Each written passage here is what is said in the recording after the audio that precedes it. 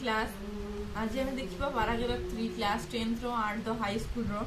The reason of my dislike was my keen desire to serve as nurse to my father. As soon as the school closed, I would hurry home and began serving him. Compulsory exercise came directly in the way of the service. तो compulsory जो थिला exercise कौन होउतला मोर और बापांकर service भितरे पसी जाउतला. I requested Mr. Gimi to exempt me from gymnastics so that I might be free to serve my father. से gimme को request कले कि आपण मते के जिम्नास्टिक फ्री करंतु फल रे मु मो बाबा को सेवा करि परिबे. But he would not listen to me. किंतु से किछि भी सुनिले नाही. Now it happened that one Saturday when we had school in the morning, I had to come from home to school for gymnastics at 4 o'clock. दिने Saturday morning रे हमरो 10 o'clock रे सरी गला class.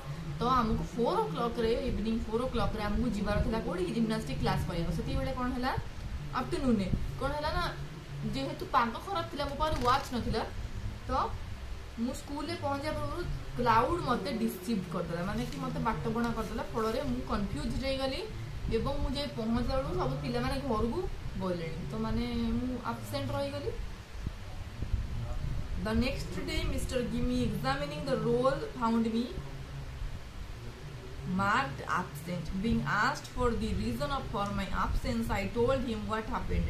He refused to believe me and ordered me to pay a fine of 1 or 2 annas. मते 1 or 2 annas row fine लगे देले. सेटा मो पई मैटर करलानी बट मो कथरा से सुनिलेनी मु सत कथा कहउतली किंतु से तागु प्रत्याख्यान कर देले. सेटा मते बहुत बोधर कला. बापांकर जने सेवक रूपे कार्य करिवार आंतरिक इच्छा मोर खेल बा क्रीड़ा प्रति अनिच्छुकतार कारण थिला.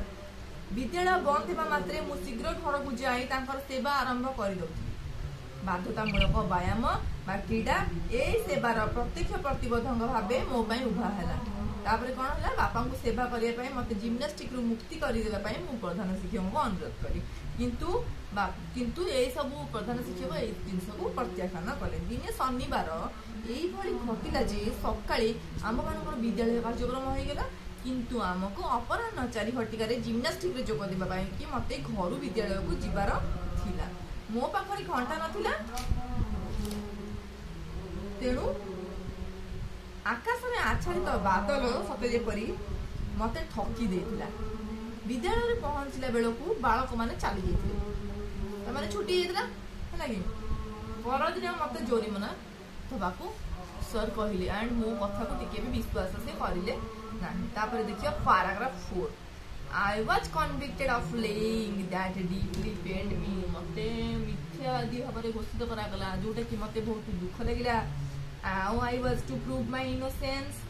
मोर निरीहता को किभली प्रमाणित करिवि से कथा चिंता करूथि. There was no way.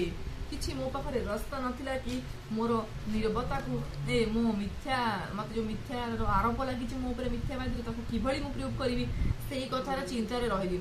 मो पई एहार कोनोसी मो पई एहार कोनोसी समाधान नथिला. I cried in deep anguish. मु कांदीबाकू लागिली.